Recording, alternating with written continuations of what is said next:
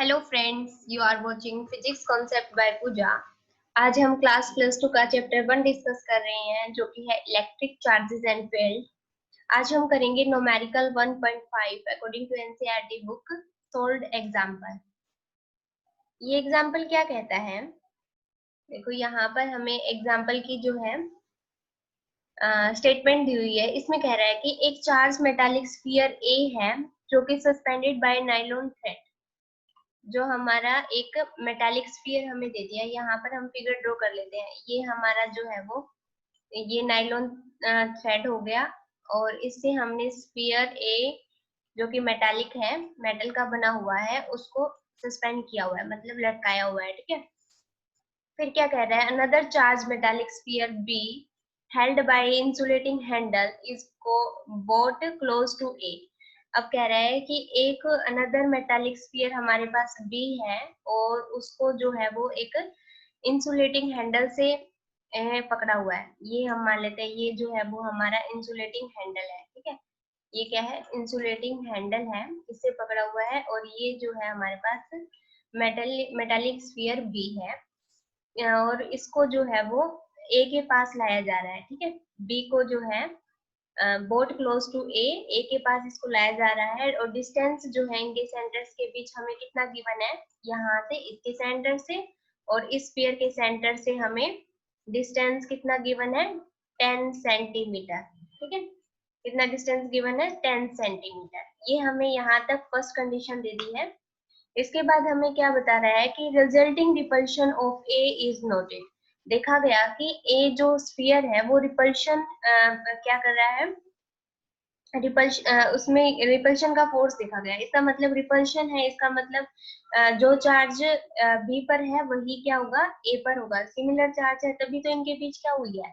Repulsion हुई है। तो हम मान लेते हैं कि इस पर हमारा पॉजिटिव चार्ज है प्लस। ठीक है। और इस पे भी क्या ऐसा है? पॉजिटिव चार्ज है, प्लस का ही। क्लियर है? तो ये कंडीशन हो गई हमारे पास। फिर हमें क्या कह रहा है कि sphere A and B are touched by uncharged sphere C and D से। अब जो ये स्फीयर्स हैं ए और बी, इनको क्या है? टच करवाया जाता है अनचार्ज स्फीयर सी और डी से। तो नेक्स्ट हमें यहाँ पर ये कंडीशन दे रहा है। देखो, ये हमारा क्या था? स्फीयर जो है वो ए है। ठीक है। इसको हमने फिर टच करवाया अनचार्ज स्फीयर इसे डी से, सी से। यहाँ पर हमें बस नेमिंग दी हुई है। ये हम बना लेते हैं कि ये इंसुलेटिंग स्टैंड के ऊपर रखा हुआ है हमारा, जो ये स्फीयर जो है वो इंसुलेटिंग स्टैंड के ऊपर रखा हुआ है। ठीक है। जब आप फिगर देखोगे बुक में तो आपको और भी अच्छी तरह क्लियर हो जाएगा। ये हमारा ए मेटालिक स्फीयर था, और इस ए को हमने अनचार्ज स्फीयर सी से टच करवा दिया। इसको किससे करवाया है? सी से। और इसी तरह से जो हमारा बी है मेटालिक स्फीयर, जिसको हमने इंसुलेटिंग हैंडल से पकड़ा हुआ है, उसको भी हम टच करवाते हैं किससे? एक अनचार्ज मेटालिक स्फीयर से, जो कि है डी। ठीक है। ये अभी तक हमने क्या देखा? शुरू में देखो स्टेटमेंट क्या कह रही है कि हमारे पास दो मेटालिक स्फीयर हैं, ए और बी। बी है जो उसको इंसुलेटिंग हैंडल से हमने पकड़ा हुआ है, और ए को जो है वो नायलॉन थ्रेड से सस्पेंड किया हुआ है। फिर हम एक इसे ए पे क्या दिखी गई? रिपल्शन शो करता है ए जो स्फीयर है। इससे हमें ये पता चल गया कि दोनों के ऊपर कैसा है? सिमिलर चार्जेस है, तभी तो रिपल्शन हो रही है। और ये हमें 10 सेंटीमीटर का डिस्टेंस दिया हुआ है दोनों स्फीयर के सेंटर से। एक कंडीशन ये दे दी। फिर इसके बाद क्या कहता है हमें कि जो हमारा स्फीयर ए और बी है, जिन पर हमने कंसीडर किया है कि पॉजिटिव चार्ज है, यहाँ पर मान लेते हैं कि इसके ऊपर 2 पॉजिटिव चार्ज है, और इसके ऊपर हम मान लेते हैं कि 4 पॉजिटिव चार्ज है। ठीक है। 4 पॉजिटिव चार्ज है। तो इसको क्यों मानना है ये नंबर, ये बाद में पता चलेगा आपको। फिर यहाँ पर हमने इनको ए और बी को दो अनचार्ज स्फीयर से, ए को तो हमने सी अनचार्ज स्फीयर से टच करवा दिया, और बी को डी अनचार्ज स्फीयर से टच करवा दिया। और जो ये स्फीयर्स हैं ये इंसुलेटिंग स्टैंड के ऊपर रखे हुए हैं, सी और डी। इसके बाद क्या होगा टच करवाने से? इससे हमें क्या पता? टच करवाया तो हमें यहाँ पर कौन सा? अब ये अनचार्ज स्फीयर्स हैं, और हमें आगे देखो क्वेश्चंस में क्या इंफॉर्मेशन दी हुई है यहाँ पर देखो। फिर कह रहा है कि then C and D are removed and फिर हम सी और डी को रिमूव कर लेंगे यहाँ से, सी और डी को क्या करेंगे, रिमूव कर लेंगे, और फिर हम बी को ए के पास लेके आएंगे, लेकिन अब की बार इन्होंने डिस्टेंस कितना कर दिया, 5 सेंटीमीटर बिटवीन देयर सेंटर। तो हमसे ये पूछ रहा है कि what is the expected repulsion of A on the basis of coulomb law. हमसे पूछ रहा है कि जो स्फीयर ए है वो कितनी रिपल्शन उसमें मतलब रिपल्शन दिखेगी, कूलम्ब लॉ से हमें ये जानकारी देनी है। Sphere A and C and B and D और आइडेंटिकल साइज है, और हमें साइज भी जो है वो आइडेंटिकल बता दिया गया है। तो इस इंफॉर्मेशन का क्या यूज होगा कि आइडेंटिकल साइज है। तो देखो यहाँ से हम फिर एक बार ड्रॉ कर लेते हैं कि ये हमारा जो है वो ए मेटालिक स्फीयर है, जिसको हमने नाइलॉन थ्रेड से एंड सस्पेंड किया हुआ है। तो यहाँ पर मैंने इसके ऊपर 4 पॉजिटिव चार्ज कंसीडर कर लिए हैं, ठीक है, कितने 4।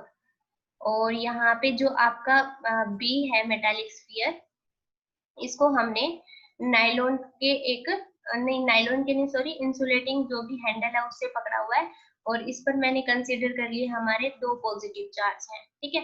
फिर सेकंड स्टेप में हमें क्या कह रहा है, इसी में मैं बना देती हूँ कि इनको हमने टच करवा दिया है, किससे, इनको हमने टच करवा दिया है अनचार्ज स्फीयर से, ठीक है।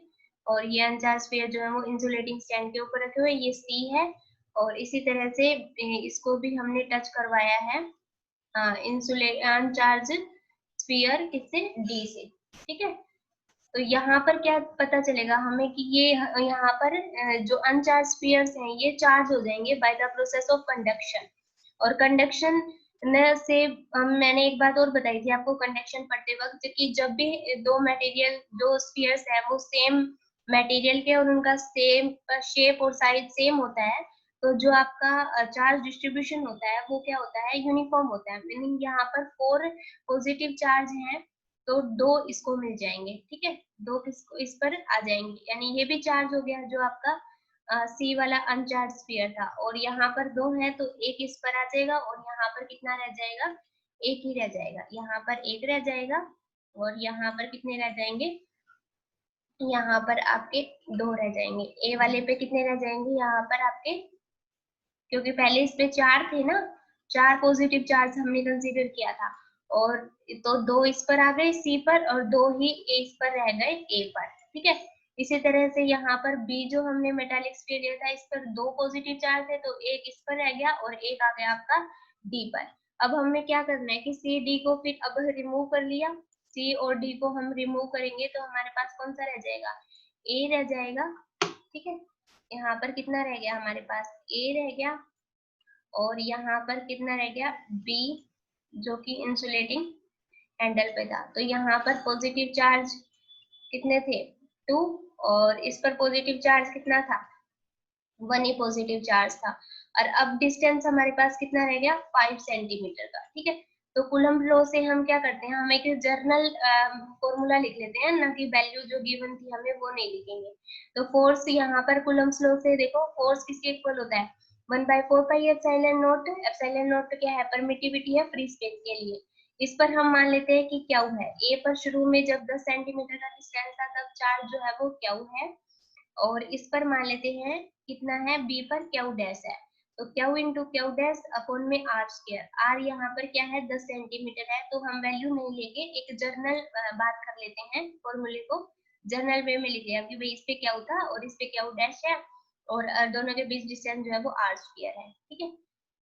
फिर इसके बाद हम सेकंड कंडीशन की बात करते हैं, जब हमने चार्ज जो है वो हाफ हाफ डिस्ट्रीब्यूट हो गया, क्योंकि साइज जो है वो आइडेंटिकल था, इस पर क्या है, तो यहाँ पर अब कितना रह जाएगा, जब हमने सी और डी अनचार्ज स्फीयर इसके टच में करवाए तो कंडक्शन के द्वारा हमारे पास क्या रह गया, चार्जेस जो हाफ रह गया, मतलब इस पर अब कितना रह गया है, ए वाले पर रह गया Q/2, इस पर कितना रह गया, Q/2, और इस पर भी कितना रह गया हमारा, बी पर भी Q'/2 रह गया, Q'/2, और हमारा डिस्टेंस भी पहले 10 सेंटीमीटर था तो उसको हमने r बोला था, तो अब हमारे पास जो है वो डिस्टेंस कितना रह गया, 5 है, तो उसको हम बोल देंगे कितना, r/2, ठीक है, उसको हम कितना बोलेंगे, r/2। तो यहाँ पर देखो जो हमारा अब सेकंड कंडीशन जो हमें बताई है कि जब हमने बी सी और डी को हटा लिया तो हमारे पास चार्ज कितना रह जाएगा,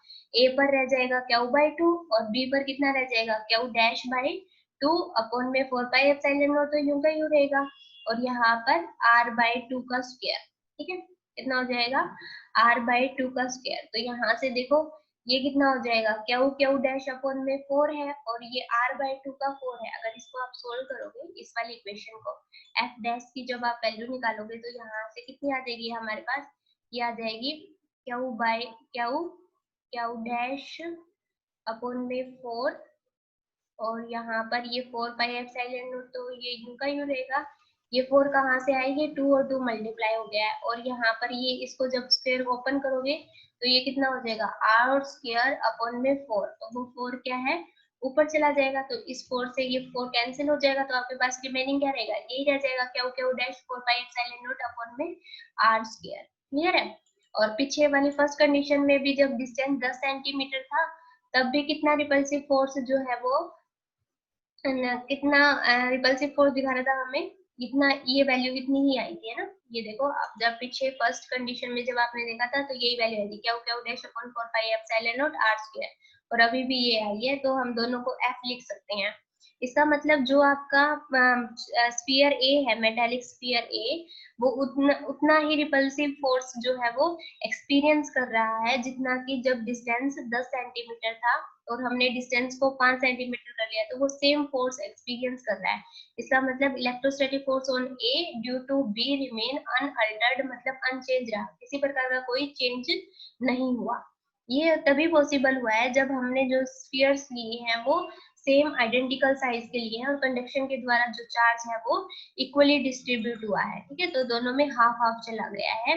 इसलिए हमारा जो रिपल्सिव फोर्स एक्सपीरियंस कर रहा था स्फीयर ए, वो उसमें किसी प्रकार का कोई चेंज नहीं हुआ। तो जो बी रिपल्सिव फोर्स कौन लगा रहा था, ए के ऊपर बी लगा रहा था, ठीक है, तो वो कैसा रहा, अनचेंज रहा। तो इससे हमें क्या इन्फॉर्मेशन मिलती है इस न्यूमेरिकल से, कि डिस्टेंस को अगर हम हाफ कर देते हैं और अगर हमारे स्फीयर्स जो है वो सेम साइज, सेम शेप और सेम मटेरियल के हैं, तो जो फोर्स है रिपल्सिव फोर्स स्फीयर ए ने उतना ही किया जितना कि वो पहले कर रहा था। तो ये आपका न्यूमेरिकल था 1.5। आई होप आपको ये न्यूमेरिकल समझ आ गया होगा। Thanks for watching. If you like the video please share and subscribe the video.